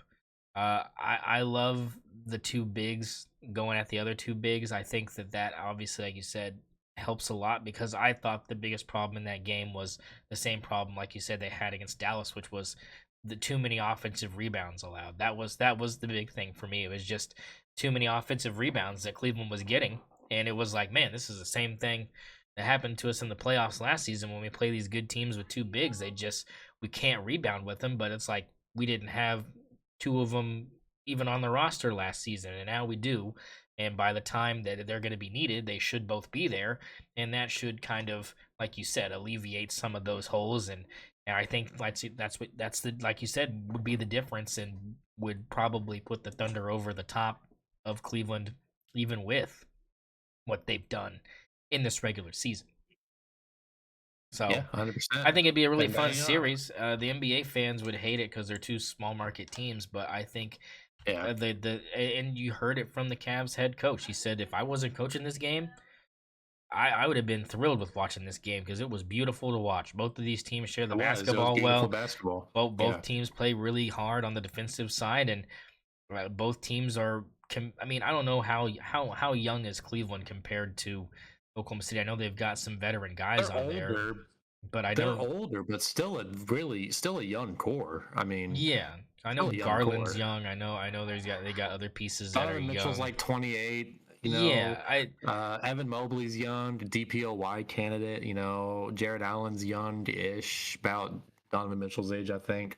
I think he's actually 30 or yeah, I think 31. he's I 30. think Jared Allen's one of the older ones. But yeah, this is a really both young teams. Obviously, the Thunder are, I think, the youngest Yeah, team they in the are. league. But So what I'm getting at is that kind of adds to the amount of effort that these teams give on a nightly basis. I think being yeah, young like that, you just get that natural, just more energy aspect to being able to play 48 minutes like that. So, I really think that both of these teams are on a good trajectory, but the Thunder specifically, I think we saw Chet taking some shots and shoot around. He's looking like he's moving all right, but I don't want to rush him back. I think you wait till after the yeah. All-Star break for sure, and you can even probably wait a little longer, especially with the way this team is producing without him on the floor. I don't Yeah, see I any don't think point. you want to wait. I don't think you want to wait too long because I think you want to get the chemistry right before the playoffs roll around, right? I think you want to make sure that the guys are used to playing with Chet again. I'm But I thinking think I like agree with you. You April, don't want to like rush it. mid-April, right? Like I mid-April, don't think you need early to even wait April. that long, right? Because the early diagnosis on this injury was 8 to 10 weeks. That was 9 weeks ago. Oh, okay. I thought it was. I So thought it was long. I don't know why I thought it was longer than that. no, but I think that you're right that you probably should be cautious. I'm saying I think you wait till literally right after the All-Star break. I Okay. think he comes back at the first game after Mid-February. the All-Star break, and I think you finish that last kind of third of the season there with Chet. Get the guys used to it again, and then you're kind of rolling into the playoffs good. So yeah, that's how I feel about Okay. it. I understand not wanting him to come back early because you kind of run the risk of that re-injury. But I think if you can, he's supposed to sit 10 weeks. I want him to sit about 13. So I think that's Yeah, honestly longer than that. I think it'd be closer to yeah, 14, 15 weeks. So yeah. I think that gives him plenty of time to recover, gives him plenty of time to, run fives in practice, get back used to it. And then, you can, I don't think they're in any rush. Like you said, they're not in any rush right now to get him back. I just want to see them kind of building up. Also, I want to see him kind of trying to strengthen, that area of his body as well. Give him time to kind of get back in the weight room a little bit too. Give him some time to kind of protect himself a little bit more. And I think they'll actually probably add some extra padding and stuff as well to some of his stuff on just to kind of help him out. I don't think it'll be anything too limiting as far as range of motion, but I think that they're probably going to wrap him or something and make sure that he's can take some impact because remember this just happened.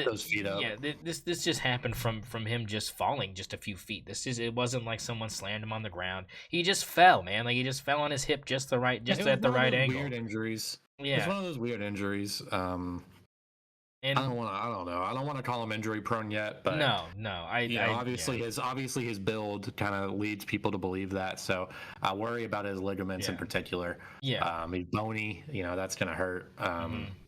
So I mean, So, yeah, yeah. yeah. I don't want to rush him. I'm with you. Yeah. So I mean, and especially, I mean, I get the chemistry thing, but I feel like, because the problem is you didn't have Hartenstein at all to even do any preseason stuff with either. It just, they just have never been able to just, be together. So I think like you said, I want to see some time with that, but I think, like you said, no need to rush, strengthen it up, get him right. Try to get some lbs on him. He hasn't been moving around as much. Maybe we've able to give that man another bush light. I mean, pack on some of them empty calories. Nothing like giving a little gut to give yourself a little bit of an edge down low when you're boxing out. But yeah, I think that's kind of where we're at with that. Whoa! What we got? What we got? What we got? Whoa! Hold on. What's happening? Hold on. I want to get the information correct. Okay. We got stuff coming through, folks. Live right here, coming at you. We're looking at where might have a historic game going on here. Hold on. Oh. Uh-oh. I need to see it. Can't see it. I can't see it. Damn, it won't show me how many he has right now. All right. About 20 minutes ago, the first half of the Grizzlies Spurs game ended, and Victor Wembanyama had eight first half blocks. 8 first half in 16 minutes. He had 8 blocks in one half. That's historic. Yeah, That's not bad. We're almost, the third quarter is almost done. He has still 8 blocks. Oh man. So still at 8, third quarter almost done. He just locked up DPOY. Yeah, I would say only 7 points. But 9 rebounds, 8 blocks, 2 steals. All right, yeah. Ooh, all right, yeah. Sorry to interrupt there. No, but that's that had to be said. Why did I think so? What would happen if why did I think Wembanyama somebody died? Somebody died. What if Victor Wembanyama, or as people are calling him, Hector Banana Bread? Wait, what? Wait, what? You know that story? Yeah, no, like I've never. What? Some like girlfriend or wife or something. She knew her husband wanted a jersey, but she couldn't remember what player it was. Oh, no. So she posted on Reddit, and she was like, "It sounds like Hector Banana Bread." Oh no, it doesn't. Everyone was like, "It's got to be Victor Wembanyama." So now that's listed as an official nickname for him on Basketball Reference. Hector Banana Bread. So what if Hector Banana Bread played tight end in the NFL and he were in these playoffs right now? What would you think? Fade route every time in the red zone. Fade route, baby. I don't know if you can defend somebody that's going to be able to hold the football over like 99%. I mean, defensive backs aren't big. Like, I don't think people understand. Like, the biggest defensive back is like 6'4", 6'5".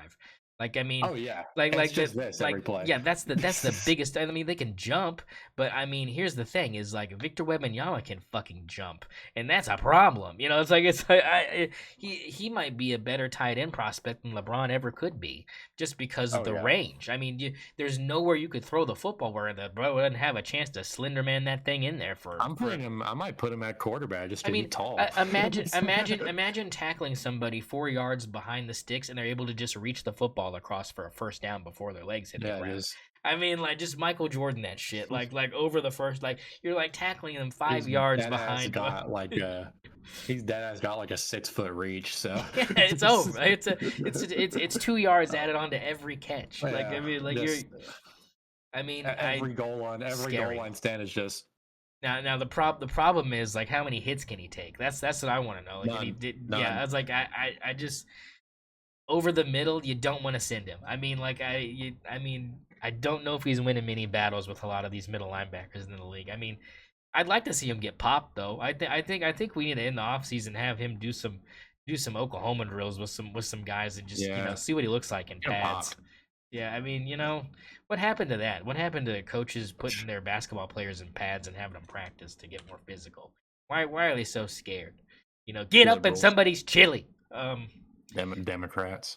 Yeah, it's the damn libs. They just safety measures, idiots. Let's talk NFL playoffs here. Okay, I mean, I'm queuing up the music right now. Music is going. NFL playoffs. We're getting into it. We're getting into the thick of it, folks. It's the thick of it. Look, let's like you said, let's start with what happened over Wildcard weekend. Bills beat the Broncos 31-7 after it looked like the Broncos might have a chance after Bo Nix threw an incredible touchdown pass to Troy Franklin to be a 7-0 within the first 3 minutes of the ball game. Just an unraveling up there in Buffalo. What was your takeaway from Broncos Bills? Yeah, 100%. Josh Allen just played like Josh Allen, James Cook. He had 120 yards. This wasn't going to be a game. I think we all thought Bo Nix might be able to come out here and do something. I think we both knew it wasn't going to happen against Buffalo. If it was going to happen against anyone, it wasn't going to be Buffalo. So, yeah, I think exactly what we thought was going to happen happened. Ravens-Steelers.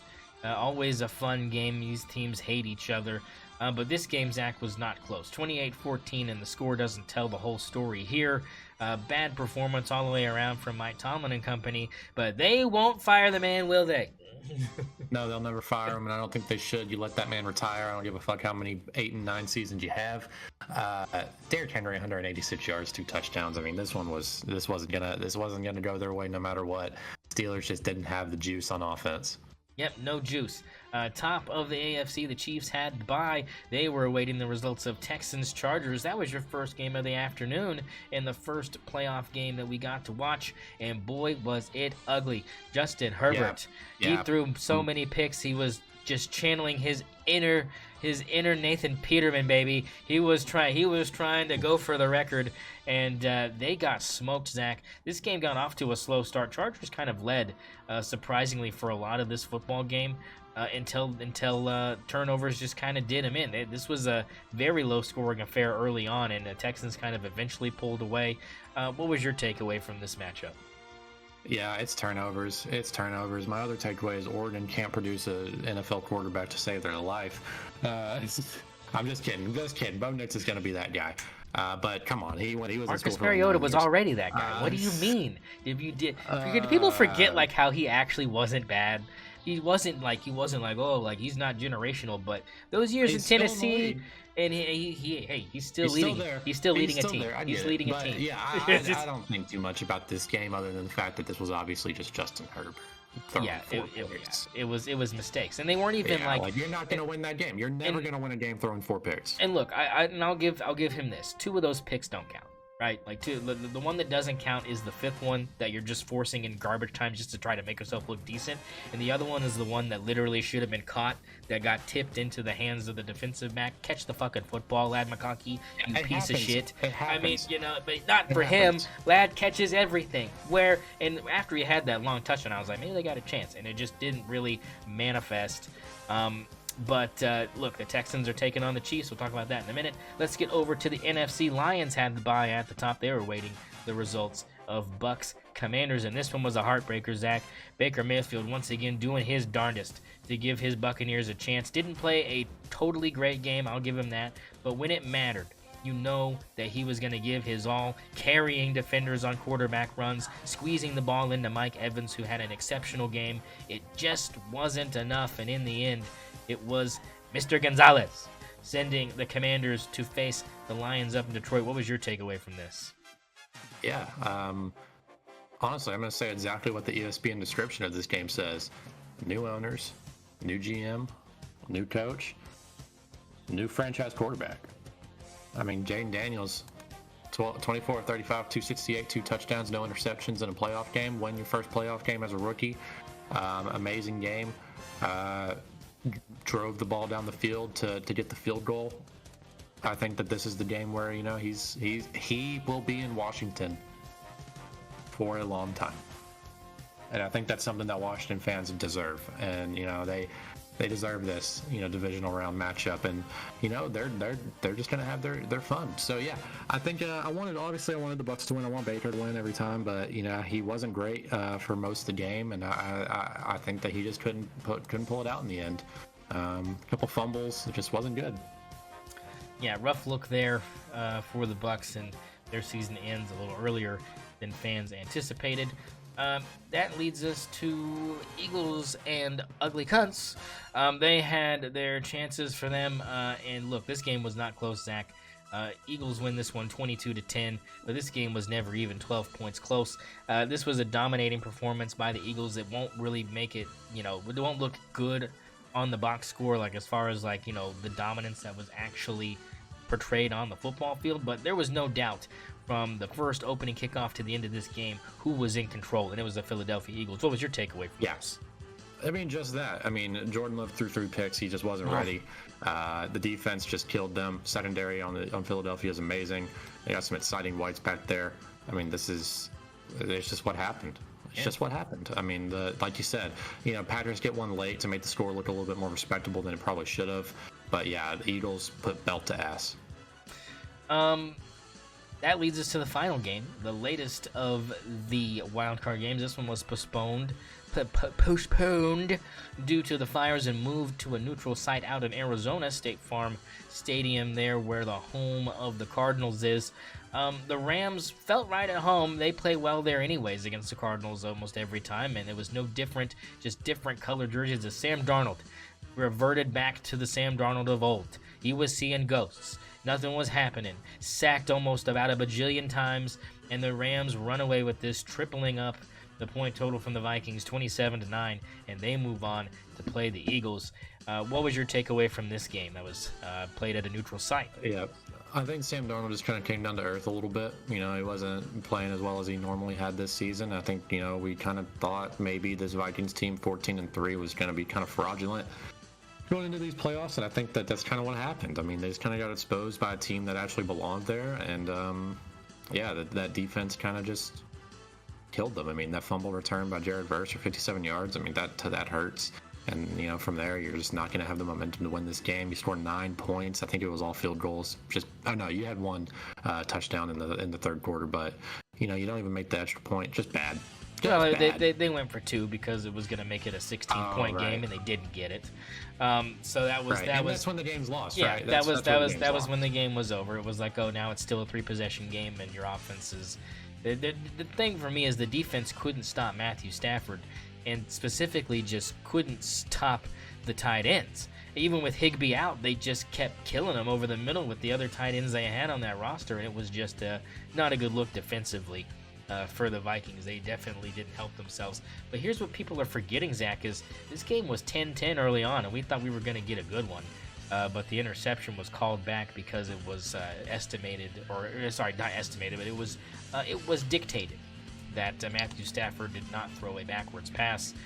So the scoop and score that would have made it 10-10 early on was called back, and that was where I thought the game was lost momentum-wise, really, and the way that Sam Darnold was playing, it wasn't trending good for the Vikings, and like you said, fraudulent team, a great regular season, and that was Sam Darnold's first playoff game. Who knows if he'll get back there? It probably won't be as a starting quarterback. I don't know what teams want his services after what they witnessed, but it will depend on how much blame a GM puts on that offensive line for allowing him to get sacked as many times as he did, or maybe just give credit to the defensive line that the Rams have and kind of tip their hat and just be like, better defensive line than the O-line, one of the best in the league. I don't know where we put this Rams D-line. Where are they at for you, in your opinion?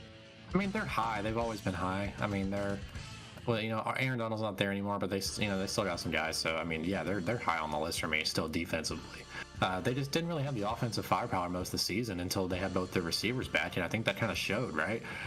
So yeah, I kind of like them against the Eagles. I'm not gonna lie. Yeah, I like it too. So let's go ahead and get into it. We'll just head to the sportsbook here and we'll break this down. And if you want to go further and you want to kind of go into where we think these playoffs are going to go beyond these 4 games, we can kind of dive into that. I'll let you kind of dictate that. No, let's save that okay. that. We still need content. We're getting low on. We're about to get rid of college football. We're about to have to try to suck off college basketball. That's not going to be great. But look, let's go ahead and dive into the sportsbook here. We'll start up top here with the Chiefs and the Texans. Look, Texans 8.5-point dogs here. Total is 41.5. And look, I don't think the predictor on ESPN is looking very favorable for the Texans. I think I heard someone say it was at like 2%. I don't know if that's real. But where can I get this pop up? There we go. We're talking. Dying to say it's dying to say it. 37-62 in favor of Kansas City. Where do you see this game going, Zach? I'm making what kind of money do I have to work with? Let's just start. What kind of money do I have to work with here? That's right. I haven't pulled up how much money. Here, let's pull it up. I'll take this. We're making 5 picks, right? The Natty and then the 4 games. This is 5 picks. Well, I'll let you know here in a second what we got going on here. I can go. Probably should have done this to begin with. I even forgot this happened. I'll be honest. It's almost like you forgot last time. I forgot this time. You had Ohio State money line and Notre Dame -2.5. Yeah, hit them both, baby. You got 55 cents to work with, so you can just do whatever you want to do. Let's fucking go. And I got 11-cent splits. And I took my picture the day after, so my spread for Notre Dame was lower. It was 1.5. But I also took the Ohio State spread of 6. And that was a winner too, baby. So we both end up slamming it home. I've got 71 cents to work with. We're back on top, baby. We both went 2-0. We finally hit parlays. Both of us hit our parlays. It's the first time this has happened in podcast history where both of us have hit our parlays on the same week. So give it up to us, right? We're cooking again. We're back. We're Texas back, baby. We're back. So what are we doing with this? We're about to choke late here. Yeah, hey, all your money's gone. All right. So here's where I'm going. Right, I got 11 cents. I'm gonna do it. I'm taking the Texans straight up. Taking the Texans money line. Texas money line at plus 340 right now at 11 cents. You've got it.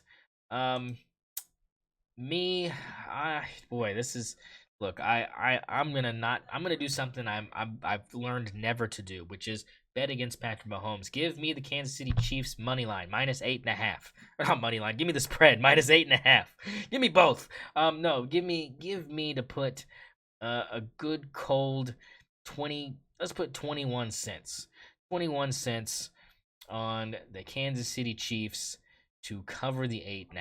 I just can't get behind the Texans as much as I could have at the beginning of the season. I really had some high expectations for them, but I really do think the second year CJ Stroud has been a downgrade, and I think again we kind of feared that might happen considering what happens to normal sophomore year starting quarterbacks, which is the added film, the added stuff that now, it comes back and makes it a little tougher, and CJ has not adjusted to the degree of which I think he'll need to get this win on the road in a very hostile environment. And Taylor Swift will be in attendance, and they haven't lost with her in attendance, so I'm gonna continue to go with the Chiefs here.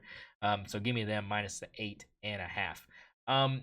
Game number 2, Zach. Let's go Bills Ravens here. Bills Ravens. That second game on the AFC side. Ravens are only a 1.5 point favorite here. Total is 51.5. This one again, road game for the Ravens. You feeling double underdog? You feeling Buffalo? No, I'm gonna take Baltimore to cover. They're gonna win the game. I think they're gonna cover here. It's basically the same as taking money line, but Need a little bit more money. I think the Ravens are going to win because I don't think Bills have the personnel to just stop, one, Derrick Henry, and two, red zone threat Zay Flowers. So, yeah, not to mention the fact that Lamar Jackson is probably the best quarterback in the league this season at least. So, yeah, give me the Ravens -1. Yeah, I'm also taking the Ravens -1.5. Not much differentiation from me and Zach here. I'm putting 10 cents on the Ravens here. And we'll take the Ravens -1.5, both of us. I just think this is where it ends for Buffalo. I think this is going to dictate whether or not Buffalo is in the Super Bowl. I do believe this game dictates that because I do think, just like earlier in this season, I believe, isn't Buffalo Kansas City's only loss? Besides, obviously, their last game, but was that their only regular season loss? It was up in Buffalo, right? I believe so. Yes. Yeah. So I'm with you. I think whoever wins this game probably is going to the Super Bowl. Yeah, I mean, even though both of these teams would be on the road in Kansas City if they were to beat the Texans, I mean, now if it's Buffalo, I have kind of a little less hope that they can kind of win in that kind of environment, because I do think that really played a big part in the first matchup was Kansas City being on the road. But now both of these teams would be on the road, which again, I'm gonna say it all day long, advantage Kansas City with that home field advantage. I do believe that this would be a test, though, because the thing is, the Ravens are favored here, Zach. So if they win this game, nobody's necessarily surprised here. Right? I think this is a bigger game for Buffalo because I think it will propel them to believe that they can beat Kansas City again. But you know what happens, and we've seen this firsthand, when you play a team a second time, it's a lot tougher for the team that won the first time to do it again. And I think that that's another thing that's going to probably play a factor in a lot of people's opinions on regardless what happens between this Buffalo and Ravens game. The Ravens haven't played Kansas City this year, have they? I don't think so. Yeah, no. so that brings that new element of these teams haven't played, so I think it would make it in my opinion, a better game if they were to play each other than Buffalo Kansas City. But I think Kansas City would probably beat the crap out of Buffalo, but I think if they beat the Ravens in a very, dominating fashion, it'll give them enough confidence to go in there and possibly stamp their ticket to a Super Bowl appearance. I don't know how you feel about that statement, but that's how I feel about it. Yeah, I think I agree. I agree there. All right, well, there's the first two AFC games. Let's head over here to the NFC. Let's start at the bottom here. Eagles Rams. We're gonna start Eagles Rams here. Rams a 6-point dog here. Eagles -6. They are favored. Over under is 43.5 here. What are you feeling here about the Rams traveling to the city of brotherly cunt? Yeah, so I think what I'm going to do here is I'm going to take the under on the total. Under on the total. All I'm right. just I'm feeling defense here. I'm feeling defense. I'm feeling D lines battling it out. I'm feeling the secondaries battling it out. So yeah, I'm going to take the under. What is it on 43.5? I think. Yep. Yeah. 43. Yeah, Yeah. I'm gonna take the under there. I think this is probably it's gonna be close, but I'm looking at kind of like a similar situation to the Green Bay game, where it was like 22-14, something like that. So yeah, that's how I'm Okay. feeling. I'll play devil's advocate here. I'll take the over. I like what I saw from the Rams offense against the Minnesota defense, and I think that, like you said, having their weapons back and having them at full strength, even though Tyler Higbee was spitting up blood and went to the hospital after whatever happened in that Minnesota game, he's going to play. So that's another weapon you can count as being available to Matthew Stafford, and I think Puka and Cooper being back as well really adds an element to this offense that sorry, should help Kyron Williams open up his running game. He's been running pretty well. But I also like the Eagles to open it up a little bit more in the passing game here. I think they're going to have to, because I think they're not going to be in a position that they were against the Packers where they can control the game from kickoff to the end of the game. I think there's going to be moments where they're trailing in this game, Zach, and I think that's going to make them have to look at Devontae Adams a little bit more, or not Devontae Smith, and look at Brown a lot more as well, and really kind of incorporate them more, because they were pretty quiet against the Packers, because they didn't need to have big numbers the way that game was trending. So give me the over 43.5 with another 10 cents on that bad boy. Hell yeah. All right. Last game of the weekend, Detroit and Commanders. Lions Commanders up in Detroit. Numbers right here is Lions minus 9.5, 55.5 is the over under here. How are you feeling about the Lions' first playoff game of 2024-25? Yeah, so I'm gonna just put another 11 cents here. I'm thinking I like the Commanders to cover. I do. I like them to cover. I think that they're just kind of riding on a little bit of momentum here. I think Jane Daniels is balling. I think Terry McLaurin is balling. So I think this offense can get going. But I still think Detroit comes out on top. But I'm gonna go ahead and take Commanders to cover that 9.5. I like that pick. I like it a lot. You know what I like more than that? Give me the Washington money line. I love the quarterback situation, and I'm gonna tell you what's gonna be the difference, baby. He's been the difference for me all season long. He's been my man when it comes to hitting them prop bets. It's Terry McLaurin, baby. He's scary Terry. My man doesn't leave the stadium without recording a touchdown or having some important catches that lead to a scoring drive for this Washington Commanders team, and he's not even like, somebody that a lot of people have in their top 10 wide receivers in the league. And I think that's very disrespectful to Scary Terry, because I think it's going to be scary hours for Detroit. I think they fold here, Zach. I think the biggest key here is this.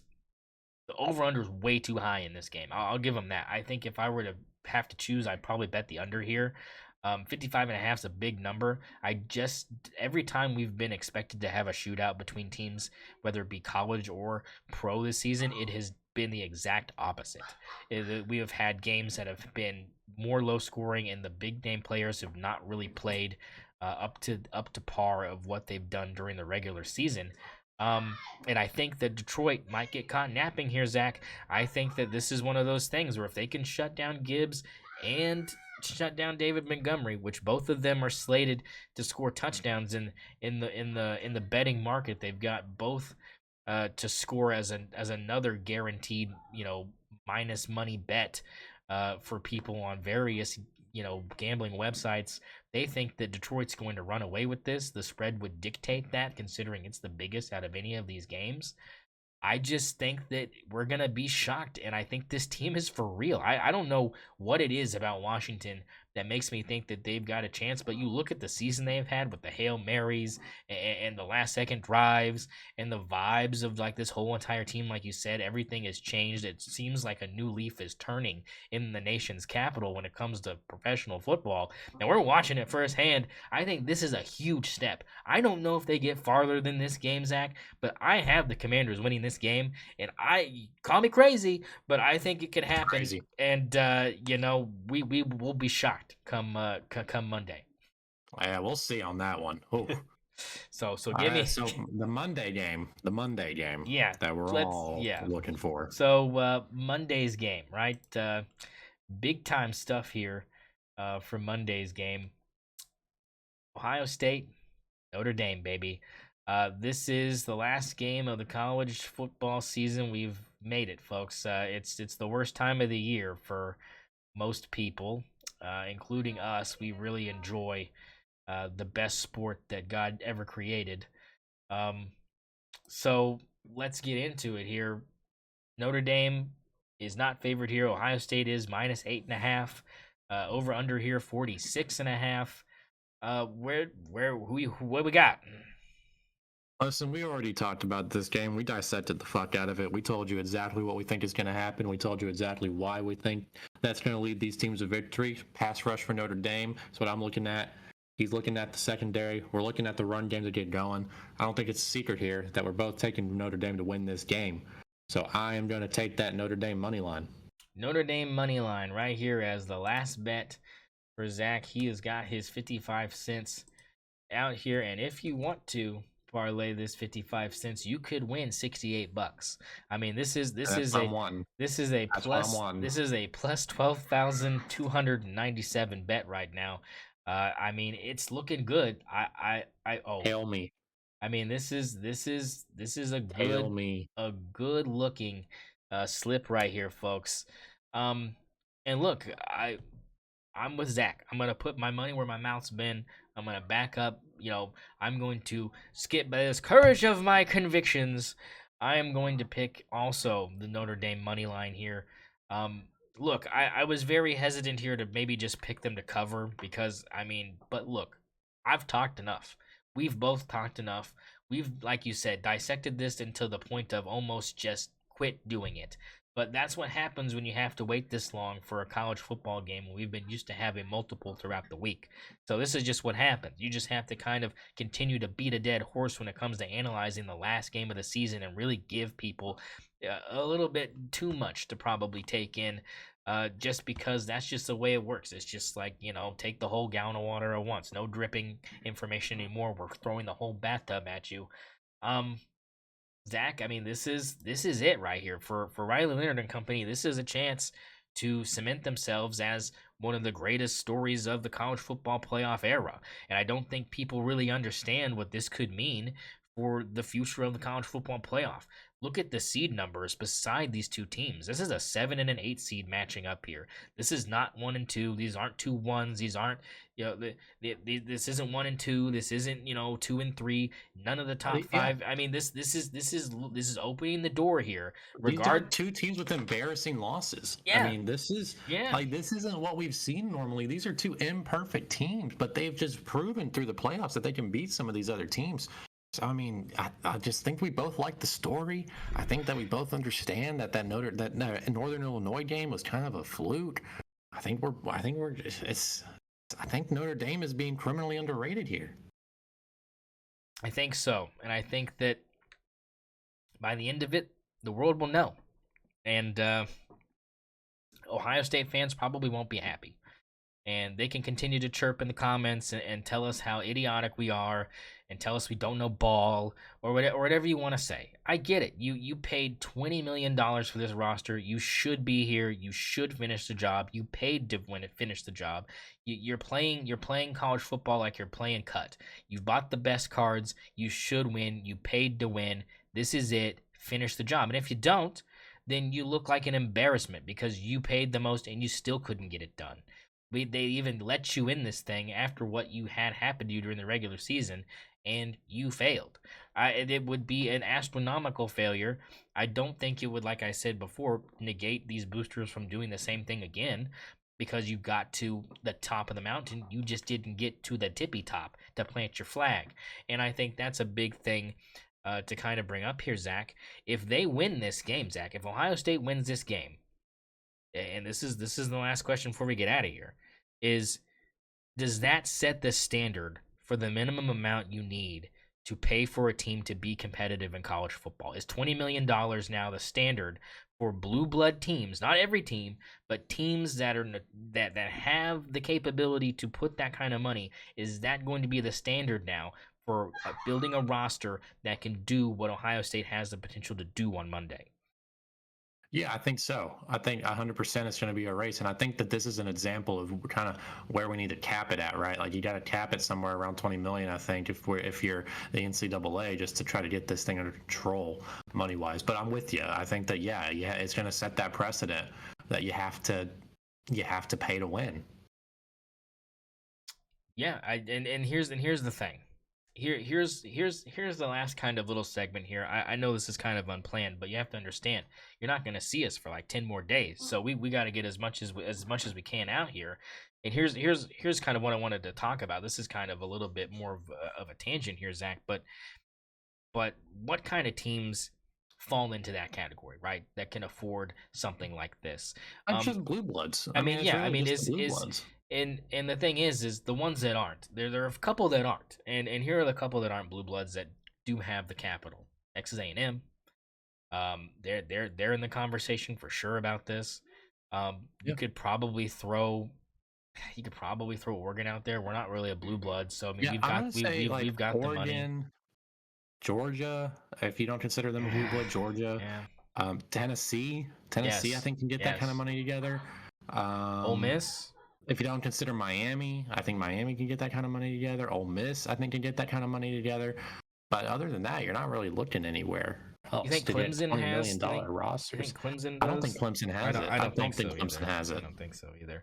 And here's the thing for me now is this question was brought up during this afternoon. I heard this and I believe this firmly. We're in the era now, Zach, where because of the amount of money invested in college football, your second string players are very much devalued. And the reason I say that is because if you're a second stringer at a team like a Georgia or an Alabama or a Tennessee or an Ole Miss, and you're getting paid $40,000 or whatever, $50K, something respectable, but you're not starter money. And I'm saying for like non-skill position players, right? Because obviously that number can fluctuate from like 1.5 for a starting running back to like 200,000 for a backup. Like I get that. But I'm talking about like, let's say second string offensive linemen or linebackers or tight ends or, stuff like that. Fourth, fifth, wide receiver on the depth chart, right? Those guys know that they can go to like a team like a Marshall or a team like, ULM or, God forbid, like South Carolina or, Vanderbilt or, Wake Forest or somewhere and make more money, right? Like they know that they can make more money and they know they can start. That's the thing is players have always, the whole entire goal of playing college football, Zach, and this, is getting tape for scouts so you can make it to the next level. That's what it's about. It's getting tape, right? Like having something to show an agent or a scout to kind of give you an estimate of where you could be as far as success at the next level if you decide to take that jump, right? Like that's the goal of a first or second stringer at a school like Alabama, Georgia, like because those guys have chances. I mean, hell, Zach, we see guys from like Weber State out here in the NFL making plays. It doesn't have to be even a D1 program, but they know they can go to these like second tier group of 5 schools and make more money, which I think, in my opinion, makes the game more competitive, but it also hurts teams that are in that second tier, Zach, like an Oklahoma State, Texas Tech, Missouri, that have these guys that could be starting, but that are willing to take, a pay cut to go to a team that has a chance to win a championship, kind of like Judkins did with Ole Miss, right? Like it kind of varies, right? Yeah, I think so. I mean, I think we hit on that earlier too, like earlier in the season where we said like this is going to kind of lead to the fact where teams aren't going to really have any depth. Yeah. And those those tougher teams, those blue bloods are going to just shine through on the starters, and then being able to pay some of these depth guys a little bit more. So yeah, I think you're on track there, But 100%. I guess the thing is we haven't really seen like the huge consequences of this yet because it's so new. We haven't seen like the long-term downsides of something like this. For a team like an Oklahoma State or a Texas Tech, Zach, NIL is devastating because of the fact that, like I said, you can take your starting, you see it with Oklahoma State right now. So many starters that contributed in a positive way are going to better teams to get less money to win more. You know what I'm saying? Like Daniels for Oklahoma State, one of their like leading tacklers. He's not going to start for OU. He's not going to. He's too Yeah. undersized. He's too small. They're gonna probably put him at the cheetah. He'll probably be like the second string cheetah guy. But he was willing to make that jump because he knew next year Oklahoma State probably still not going to be great. He wants to go and have a chance to win something. He believes in John Mateer. He believes in this new offense. He believes in this team that you have constructed for next season to the point where he's willing to take away a starting role he has where he could, collect more tape if he felt like he needed to for the next level and really stay at Oklahoma State and really continue to rack up tackle numbers, right? Even though they're losing football games most likely, and go to a better team. Yeah. I mean, that's devastating, right? For those teams that are in that kind of tier, like because there's more of those teams than there are, like you said, blue bloods that are willing to suck up these players to add to their talent pool and their depth, and kind of convince them that hey, like you might not be getting this money, but your NIL is going to be a lot better outside of what we're able to just give you base because you're going to be on a team that's actually relevant, right? Yeah, I agree with you. 100%. I think that's just kind of the consequence of the NIL and the reason that you got to have that regulation around. No, that's. I But mean, you're killing me, man. We gotta get out of yeah, here. You're yeah. killing me, We, man. we got to get out. We're crunching on hour number 2 here. How's the game going? Is the game tipped off yet? I know it was a late I start. haven't Is even it looked. tipped off yet? I mean, I know it was a 9 o'clock tip. I know you're dying to see. I really don't even care about it. I've got it. Let me see where we're at here. It's Um. 12-6 Texas. The All game right, just the started. game is So over. All right, game's over. Oh, you lost. Okay, heard that. Zach's saying big L's in the chat. They've doubled them up already. It's over. Um, Fire Porter Mosier. All right, folks. Episode 92. We dove deep. We sunk it all the way into the bottom of the Marianas Trench. We're here for you. Enjoy the last college football game. Enjoy the NFL over the weekend. Zach, final thoughts before we get out of here. hey, fuck Texas. Yes, go fuck Texas. That's I believe it. Get fucked. Good night, folks. From the Stoner Sports Radio Studio, episode 92. Good night, Canada.